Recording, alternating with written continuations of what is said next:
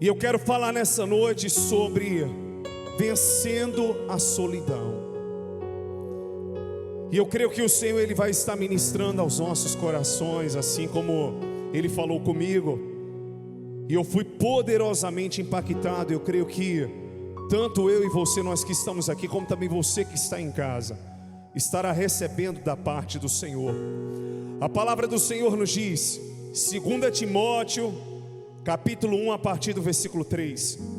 Dou graças a Deus, a quem desde os meus antepassados sirvo com consciência pura, porque sem cessar me lembro de ti nas minhas orações noite e dia. Lembrando das tuas lágrimas, estou ansioso por ver-te, para que eu transborde de alegria, pela recordação que guardo da tua fé sem fingimento, a mesma que primeiramente habitou em tua avó Lóide e em tua mãe Eunice, e estou certo de que também habita em ti. Por esta razão te admoesto que reavives o dom de Deus que há em ti pela imposição das minhas mãos, porque Deus não nos tem dado espírito de covardia, mas de poder, de amor e de moderação. Só até aqui. Curve a sua cabeça, feche os seus olhos. Podemos amenizar as luzes.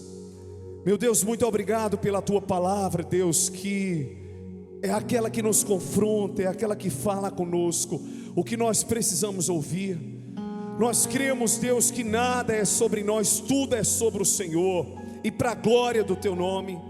A minha oração nessa noite, Pai, é que eu venha diminuir para que o Senhor cresça. A minha oração, Pai, é que vidas saiam daqui restauradas, transformadas pelo teu poder e pela tua palavra. Eu tenho uma plena convicção, Senhor, de que sem o Senhor nada posso fazer, mas quando o Senhor é aquele que se responsabiliza pelo que é liberado através de nós, então vidas são tocadas, transformadas pelo teu poder e pelo teu agir. Então seja glorificado, meu Deus, nessa noite mais uma vez, em nome de Jesus. Se você crê que o Senhor está aqui, diga amém, diga aleluia, e aplauda lindamente o seu nome, o nome do Senhor. E aos nossos obreiros tão lindos, eu queria mais água aqui do lado, por gentileza. E eu quero falar com você nessa noite sobre vencendo a solidão. Todos nós, como seres humanos, passamos por processos e fases da nossa vida, e na nossa vida, onde muitas vezes podemos estar rodeados de pessoas, mas nos sentimos sós em um processo, onde você vê que tem marido, tem filhos, tem irmãos, tem irmãs, mas aquela particularidade que você precisa vencer, romper, superar, é entre você e Deus, Deus e você. Você percebe que tudo que podia ser feito aos olhos humanos, talvez através de médicos, através de conselhos, através de mensagens bíblicas, através de louvores que você ouviu, que alimentou a sua alma, já foi feito. E agora você percebe que você trava uma luta interior, porque você se sente, vez ou outra, recaindo naquela mesma área da sua vida. Eu não me refiro simplesmente à questão do pecado, eu me refiro àquela fragilidade que te machuca, aquela fragilidade que você pensou que estava cicatrizada, mas de repente você percebeu que um ponto rompeu, uma ruptura aconteceu a ponto de você ter que voltar à estaca zero para que a cura venha acontecer de fato. E é interessante que todos aqueles que biblicamente eles foram conduzidos a ambientes e a lugares de honra, eles passaram por processos de solidão. Muito obrigado, meu querido Kevin, Deus continue te abençoando, meu lindo. Passaram por processos de solidão, onde de repente eles precisaram superar, personagens bíblicos, desafios que, se não fossem esses processos, eles não teriam chegado onde eles chegaram. Um exemplo disso, José do Egito, ele ficou distante do seu pai, ele foi humilhado. 17 anos aproximadamente ele tinha, quando tudo começou na vida dele, parece que desmoronando. Mas na verdade, aqueles processos solitários na prisão e em tantas áreas da sua vida, era exatamente o caminho que Deus estava permitindo que ele trilhasse, para que ele chegasse no centro da vontade de Deus. E ele mesmo disse ali no final da sua história, ele disse: olha, a maldição que foi lançada contra mim, Deus transformou em bênção. Nós vemos Davi está pensando que foi fácil de uma hora para outra, por mais que ele fosse guerreiro, sair da casa do seu pai e ficar ao lado de um rei que queria tê-lo ao lado, mas constantemente pela inveja queria matá-lo, que era Saul. Recebeu a unção para ser o futuro rei, mas até chegar lá, fugiu de muitos embates, para que ele não enfrentasse diretamente o rei Saul, mas também venceu muitas batalhas. A primeira que ele começou ali vencendo foi contra Golias. Mas quantas batalhas interiores também ele não venceu? Quando ele perdeu o seu primogênito por ter pecado, e de repente ele se prostrou, diz a palavra do Senhor em 2 Samuel, clamando ao Senhor para que o Senhor curasse o seu filho com Batseba. E o Senhor, ele não permitiu a cura. O filho de Davi morreu, e diz a palavra que ele se levantou da terra, e ali entrou na sua casa, tomou um banho, entrou na casa do Senhor, adorou, depois voltou e comeu um pão, e dali foi constituído o Salmo 51, Senhor, perdoa-me, um coração quebrantado e contrito o Senhor não desprezará. Quantos processos nós vemos de solidão na vida do profeta Isaías, o profeta messiânico, que quando você vai ver na sua história, ele foi tão perseguido, aquele que falou sobre o Messias: eis que um filho se vos deu e nasceu, e ele virá e se chamará Emanuel, o Deus conosco. Um filho se vos deu, e ele será Deus forte, conselheiro, Pai da eternidade, príncipe da paz. Então de repente esse profeta que falou tanto sobre o Messias, ele terminou a sua história sendo cerrado ao meio. Nós vemos que Jeremias, ele pregou durante a sua geração, e diz a palavra que enquanto ele pregava, o povo resistia, um coração endurecido as pessoas tinham, resistindo ao evangelho, resistindo à palavra de Deus. Mas quando ele foi chamado pelo Senhor no capítulo 1, o Senhor mesmo disse: pelejarão contra ti, mas não prevalecerão, porque eu sou Deus para te livrar. Deus estava garantindo a segurança da sua presença. Tantos exemplos eu poderia dar, mas para ganharmos tempo eu quero chegar em Jesus. Quantas e quantas vezes Jesus estava entre as multidões, mas de repente ele saía para orar, e no momento que ele mais precisou, ele estava só. Ele estava tão tenso que os seus poros estavam ali sangrando, e ele disse: Pai, no Getsêmani, se for possível, passa de mim esse cálice, mas que não seja feita a minha vontade, mas a tua vontade. A solidão machuca, porque de repente você se sente solitário nos seus sonhos. É você que sonha, e às vezes não é o marido, nem a esposa, nem a família que está sonhando com você. Você se sente só, sobrecarregado, em meio a uma jornada onde, se você não fizer, parece que ninguém faz. As pessoas na sua casa, você não vê uma atitude. Você vê que você tem que trabalhar, porque tem gente dependendo de você. Tem gente que depende não só financeiramente, mas também de uma palavra, de uma atitude, de um posicionamento. E você percebe que se enfraquecer, aquela pessoa enfraquece também.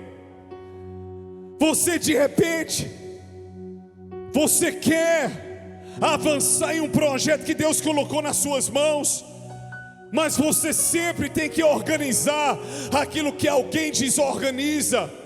estruturar aquilo que alguém bagunça, ajuntar aquilo que alguém espalha, amenizar uma situação onde os conflitos estão sem limites e você se sente só lutando.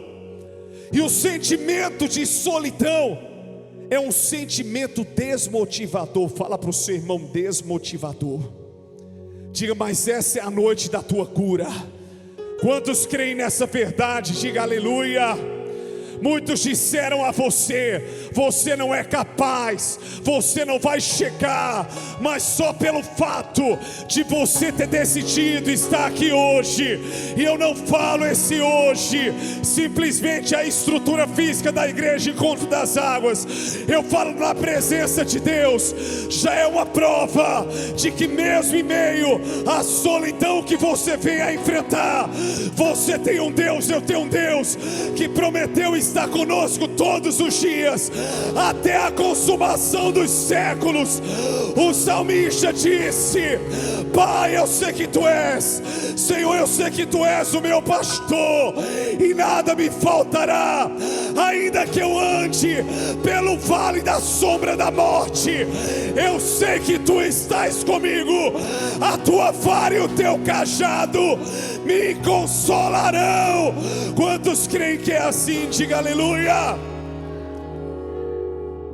Então, entrando no texto, de repente em Atos 16 você vê nascendo um discípulo do Senhor Jesus e do apóstolo Paulo. Timóteo nasceu em Listra, filho de uma mãe judia e de um pai grego. Como ele tinha um bom testemunho e era muito jovem, para que não houvessem perseguições dos judeus, Paulo, por prudência, o circuncidou. E ele passou a pregar o evangelho com Paulo, com ousadia. Paulo era o seu mentor, orientador, e passou a ser um pai espiritual. Por onde ele ia, ele era orientado pelo apóstolo Paulo, e ele pregava com ousadia. A fama do Senhor Jesus percorria através da vida dele. Só que Paulo identificou que ele tinha um chamado pastoral. E historicamente, quando a igreja de Éfeso começou a enfrentar desafios, naturalmente, quando você ama um povo, você tem um filho, você tem uma filha, se for para você deixar com alguém para cuidar dos seus filhos, naturalmente você vai deixar com uma pessoa que tenha duas características: uma pessoa que você confie e uma pessoa que ame os seus filhos. Não vou dizer na proporção que você ama, mas que seja semelhante, sim ou não? Por quê? Porque você está deixando algo precioso. Ninguém empresta algo de valor a alguém se você não confiar naquela pessoa. Então, de repente, o apóstolo Paulo, pelo amor que ele tinha e responsabilidade pela igreja de Éfeso, então ele pensou o quê? Eu vou mandar Timóteo para lá, e Timóteo estará na responsabilidade de cuidar da igreja.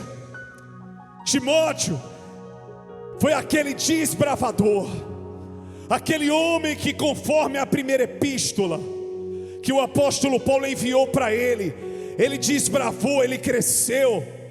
O Senhor falou através do apóstolo Paulo: ninguém despreze a tua mocidade, mas seja um exemplo entre os fiéis, no trato, na pureza, no amor.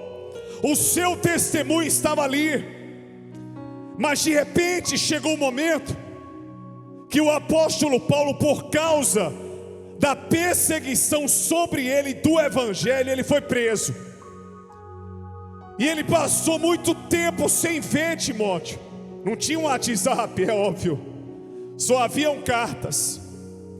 E de repente Timóteo, ele teve que lidar com a solidão da separação do seu pai espiritual, do seu mentor, que para uma carta chegar nas suas mãos era um grande desafio, porque Paulo estava preso.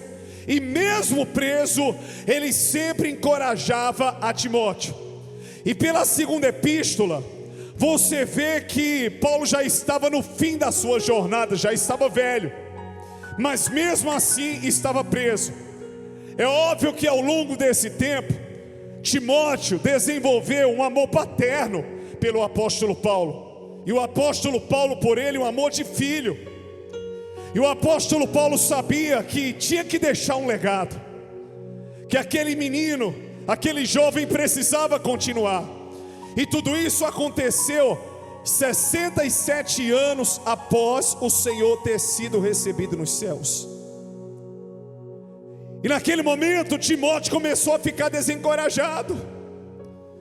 Ele começou a se sentir só. Cadê o meu mentor? Ele está envelhecendo, ele está preso.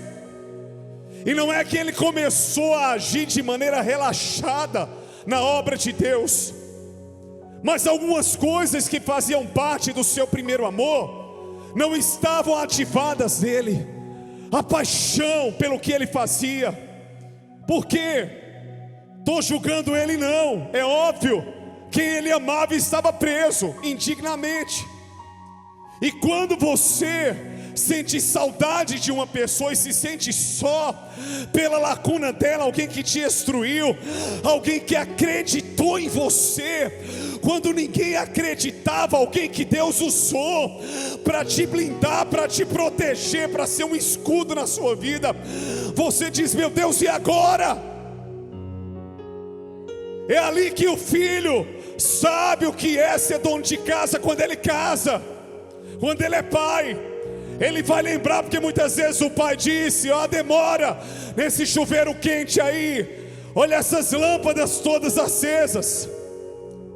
É no momento que a gente assume algumas responsabilidades que a gente passa a se identificar com os desafios que outros enfrentam. É no momento que você tem que sustentar pessoas e se sustentar que você passa a se colocar na pele daquela pessoa. É quando você perde alguém que você tem empatia por aqueles que perderam também e estão perdendo. Então naquele momento Timóteo se sentiu solitário, estava em um tempo de solidão. E aí veio a segunda epístola, quando o apóstolo Paulo soube que ele estava enfraquecendo na fé. Não estava desviado não. Às vezes você está na igreja, mas você tem um dom. Você não nasceu, não foi chamado por Deus desde o ventre para esquentar apenas o banco da igreja. Você não foi chamado por Deus para ser só ouvinte. E de repente você diz: meu Deus, onde estava aquele homem? Onde estava aquela mulher que se arrepiava todo, que adorava com alegria? Hoje toma conta de mim uma tristeza, um vazio, que eu não sei o que fazer. Até hoje eu só perdi. Mas eu quero declarar para você nessa noite que o Senhor Jesus, Ele declarou: aquele que perder a sua vida por amor de mim, a encontrará. Saiba de algo em Deus: você pode ter perdido, mas perdeu para ganhar. E quantos creem que esta semana será uma semana de ganho e de restituição da parte do Senhor? Diga aleluia e aplauda lindamente o seu nome.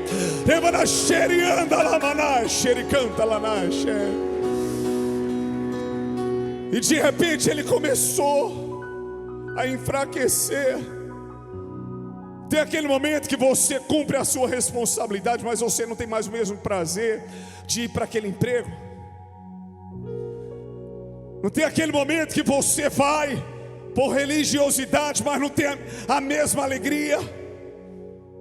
Você um dia já cantou, já pregou, já foi ativo em tantas áreas da igreja, em tantas áreas aí fora, e hoje você se sente inútil.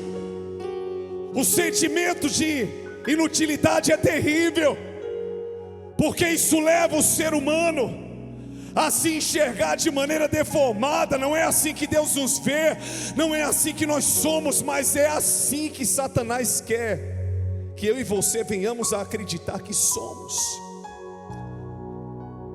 Satanás quer que você acredite que você é um fracassado, que você nasceu para perder. Ele quer que você acredite que você é um solitário. Mas existe um Deus que disse: eis que estarei convosco todos os dias, até a consumação dos séculos. Existe um Deus que disse: estarei contigo, ainda que você passe pelo vale da sombra da morte. Existe um Deus que não nos desampara nos momentos de maior solidão da nossa vida. Ele é aquele que nos abraça, nos afaga e nos acolhe e renova a nossa esperança. Aleluia! Quantos creem que é assim? Diga aleluia e aplauda lindamente o Rei da Glória. Diga para o seu irmão: você não está só. Como vencer a solidão? Primeiro princípio: Paulo reativa a memória de Timóteo. Mesmo preso, mesmo sofrendo, ele começa a encorajar o seu discípulo. E ele começa a dizer: eu me lembro. Você se lembra também? É forte o que eu vou falar, mas quem é espiritual vai entender. Diga para o seu irmão: eu me lembro. Você se lembra também de quem você era? Eu me lembro que a sua fé não era fingida. Eu me lembro do seu amor pelo Evangelho. Eu me lembro. Eu tenho recordações da fé que habitou na tua avó Lloyd, na tua mãe Eunice, e que também habita em você. Em outras palavras, Timóteo, você não é fruto do acaso. Eu sei de onde você veio. Eu sei do que Deus já fez através de você. E eu estou aqui através dessa carta, te lembrando de quem você é e do que Deus pode fazer ainda através da tua vida. O Senhor, nessa noite, Ele vai trazer à tua memória o que pode te dar esperança. Mesmo que Satanás tenha tentado deformar o teu caráter, mesmo que Satanás tenha tentado deturpar tudo aquilo que Deus falou ao seu respeito, Deus, Ele vai restituir a tua identidade. Deus, Ele vai restituir as tuas motivações corretas.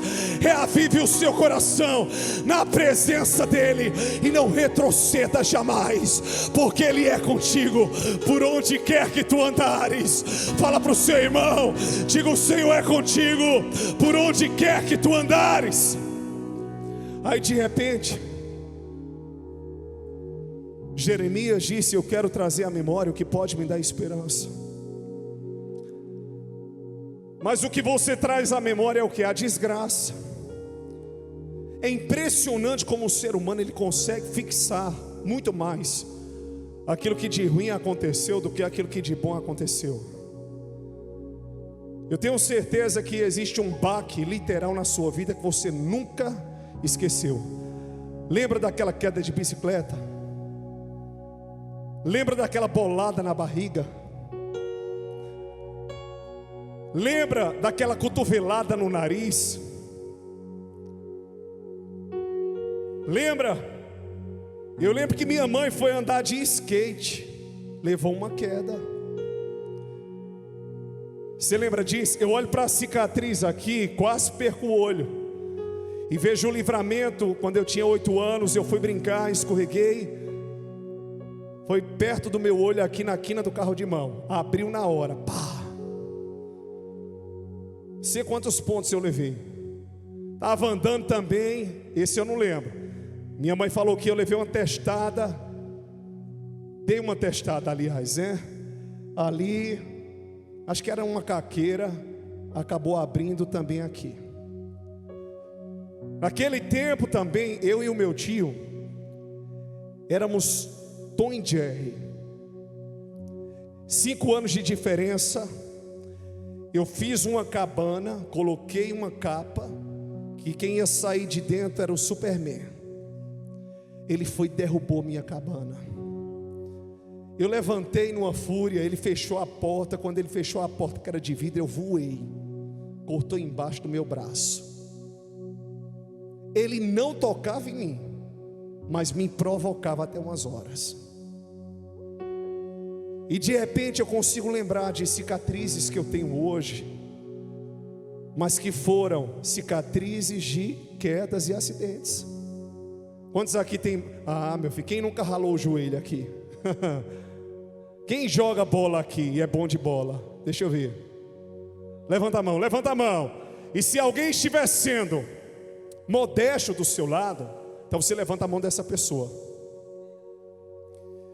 Eu já contei aqui uma vez, a gente passa por cada experiência, mas o público se renova. Eu vou contar outra vez que pastor César ia vender coxinha para a mãe dele, e de repente deixava as coxinhas lá e ia jogar bola. Dava uma bolada, as coxinhas caíam no chão, ele ia vender. Quando alguém ia comer a coxinha com terra, ele dizia: porque as coxinhas de mãe é crocante. Desse jeito. Tem outras? Vendia todas, com terra e com tudo. Eita Jesus do céu, não tinha coxinha boa naquela época não. Tem um ser, irmã Ivone cozinha muito bem. Agora, do jeito que essas coxinhas ficavam. Então todos nós temos experiências boas e ruins na vida. Você lembra das quedas, mas quantos livramentos Deus não te deu? Fala para o seu irmão, quantos livramentos Deus não te deu? Aquela queda de moto que você poderia ter morrido, aquele acidente que você poderia não ter sobrevivido, aquela situação que Deus te livrou. Você perdeu, mas Deus restituiu. Você adoeceu, mas o Senhor te curou. Você se desencontrou, mas o Senhor te encontrou. Então de repente Paulo começa a trazer a memória de Timóteo quem ele era. Diga para o seu irmão: Deus vai trazer a tua memória quem você é nele e quem é ele em você. Fala para o seu irmão, diga: Deus vai trazer a sua memória quem você é nele e quem ele é em você. E eu declaro que esta semana será uma semana de despertamento de Deus na tua vida. Você vai ter sonhos, você vai voltar a viver projetos que você achou que estavam enterrados, entulhados, e Deus, pelo seu poder e pela sua grandeza, cumprirá cada uma das suas promessas. Se você crê, diga aleluia. E se é para Jesus, aplauda lindamente o seu nome.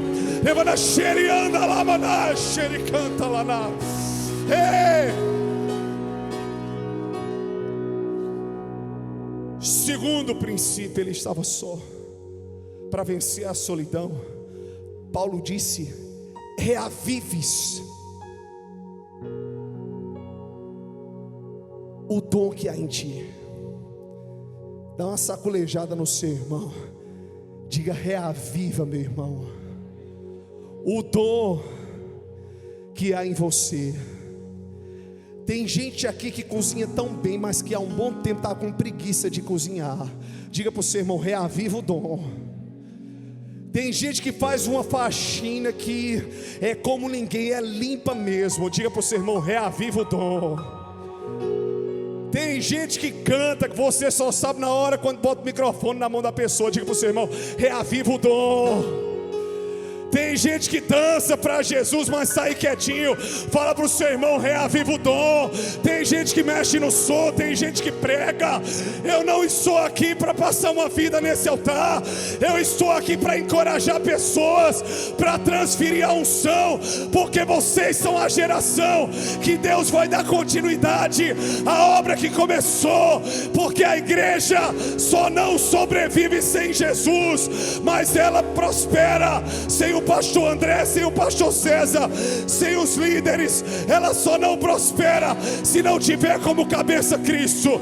Mas eu quero declarar que Deus hoje está me usando como usou o apóstolo Paulo. Reavive, eu quero te usar. Você pode ir além, você pode viver mais. Se você crê nisso, aplauda Jesus, aplauda Jesus. Tem gente que chega na igreja, pastor, só faz tocar, daqui a pouco está ministrando. Tem gente que você diz: meu Deus, eu não sabia que essa pessoa trazia uma palavra desse jeito. E você dá oportunidade. Às vezes você não tem oportunidade de ver e de saber quão maravilhosa é aquela pessoa que está do seu lado. Como ela deseja talvez tomar um café, ter comunhão. E você de repente está perto de uma pessoa extraordinária. E está perdendo a oportunidade de valorizar isso. E talvez quem Deus mais vai usar, talvez não seja o pastor André, mas seja quem está perto de você. Paulo disse: reavive-se. Isso vem do original, ativa novamente. Diga para o seu irmão: ativa novamente. De repente é como um carro que não quer pegar. Interessante que certa vez, carro de um irmão, fiquei até o final do culto, estava cansado. Ele foi ligar o carro, não pegou. Eu falei: Jesus, hoje tem academia para mim. Então vamos lá, os irmãos empurram o carro, empurra, e o carro engoiando. Digo, uma hora ele funciona. Quando foi perto do João Pizza, ele funcionou. Já tinha descido a ladeira. Mas diga assim para o seu irmão: nem que você vá no empurrão, você vai pegar. Diga: eu não vou desistir de você não. Eu vou ser um Paulo na sua vida. Fala para o seu irmão: eu vou ser um Paulo na sua vida. Porque o que Paulo estava dizendo: Timóteo, mesmo que eu morra, mesmo que eu pare, eu tenho uma consciência. Combati o bom combate, terminei, guardei a carreira e a fé. Terminei minha carreira aqui, guardei a fé. Mas o que eu quero dizer é que se eu paro aqui, você continua. Se eu aqui não posso ir além, você vai. Se eu não posso tocar, Deus toca através de você. Se eu não posso ir, você vai em nome do Senhor. Você tem autoridade.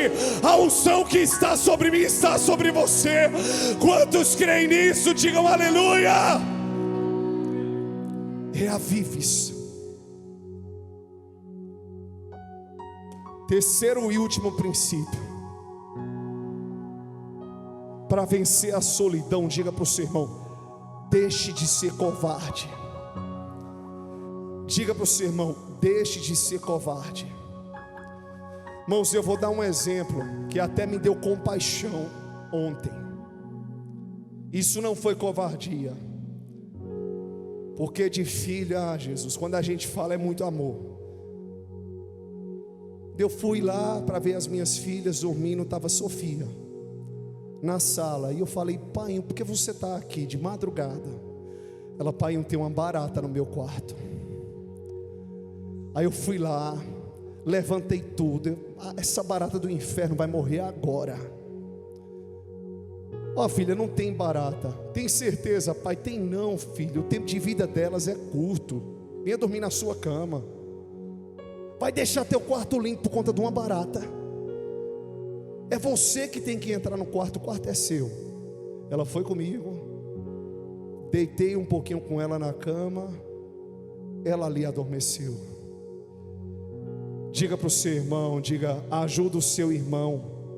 Fala para o seu irmão: ajude o seu irmão a enfrentar os medos. Porque Deus não tem nos dado espírito de covardia. Oh, aleluia! Mas de poder, de amor e de equilíbrio, de moderação. O poder de Cristo habita em nós. E a Bíblia fala que este é o poder que venceu o mundo, o do Senhor Jesus. Quantos creem que é desse jeito? Diga aleluia. Deus te deu amor também, para que você possa amar, para que você possa suportar. O amor é o vínculo da perfeição. Não adianta fazermos tudo se não amarmos, de nada valerá. Sabe o que essa geração precisa? Da linguagem do amor. Mesmo que você não verbalize, tenha atitudes que revelem o amor de Cristo através de você. Chega de frieza. Fala para o seu irmão, diga: ame intensamente. Ele não vai amar nem um pouquinho desse jeito. Diga para o seu irmão: ame intensamente. Quantos querem vencer aqui a covardia? Quantos querem avançar aqui? Eu não sei, se eu investir, deixa eu ver. Eu só estou com tanto. Deus está mandando, vá. Agora, se Deus não deu ordem, então fique no seu lugar. Só dê um passo se Deus autorizar. Quantos creem que é desse jeito? Diga aleluia. E eu quero declarar sobre a tua vida nessa noite, que o Senhor, Ele está te tirando do ambiente da solidão, mas não é porque Ele está te cercando em primeiro lugar de pessoas, é porque Ele está te envolvendo com a presença dEle. Ele está trazendo a memória quem você é, Ele está reavivando o dom, e Ele está dizendo: vai lá meu filho, vai lá minha filha, eu sou contigo. Não, mas eu não posso ser mãe. Pode sim. Eu não posso casar agora. Pode sim. Eu não posso ser um empresário. Pode. Eu não posso ser isso ou aquilo. Pode. O que o Senhor determinou está determinado.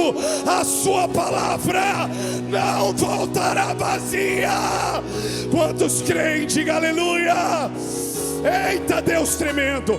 Saculeja o teu irmão e diga: meu irmão, nem que você vá no empurrão, mas você vai. No dia que teu irmão não quiser vir para a igreja, vai não, eu estou com um sono tão grande. Prepara um café forte para ele, dá uma despertada. Às vezes a preguiça é só para chegar. Depois que chega a bênção, a glória vem. É como academia, eu chego lá, às vezes me arrastando, meu Deus, eu vim porque é o jeito, mas que eu queria malhar, não. De repente eu começo a esteira, aí daqui a pouco eu estou lá.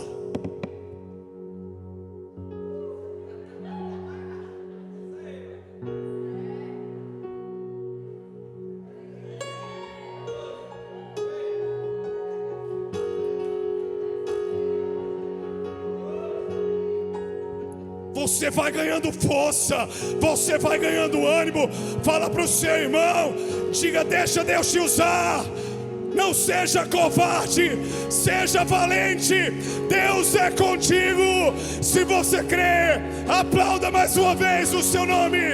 E eu profetizo que essa vai ser uma semana onde Deus vai reativar o que estava adormecido na sua vida. Se você crê, diga aleluia. Você pode ir além, você pode ir além do que você já foi. Você pode fazer mais. Não pare aí, não pare aí. Pastor, eu estou só. Não está.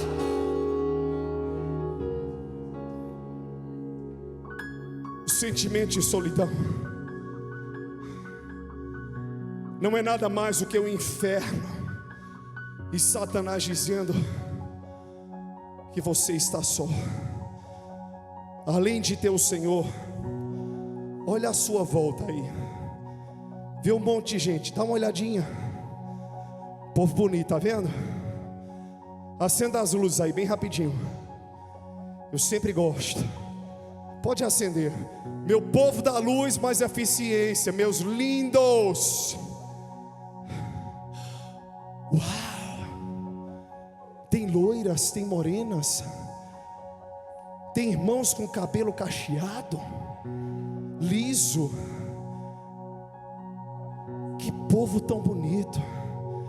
Diga para o seu irmão: você tem uma família que você pode contar. Diga: você nunca esteve só.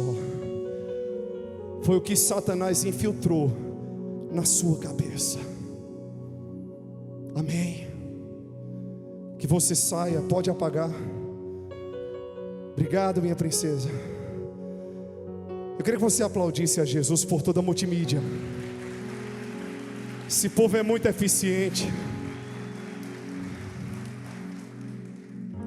Mexo sempre com eles. Depois estou cheirando e colocando nos braços, porque são corações voluntários tão lindos. Pastor, eu queria saber a visão da igreja Encontro das Águas. Quero caminhar aqui. Nós somos uma igreja avivada. Não somos neopentecostais, somos pentecostais. Você vai chegar aqui e vai ver um louvor avivado, palavras proféticas, uma mensagem avivada, mas você não vai ver nada que te escandalize. Princípios, Cristo e o amor por vidas. É necessário que haja amor, é necessário que haja perdão. É isso que exala do pastor de vocês.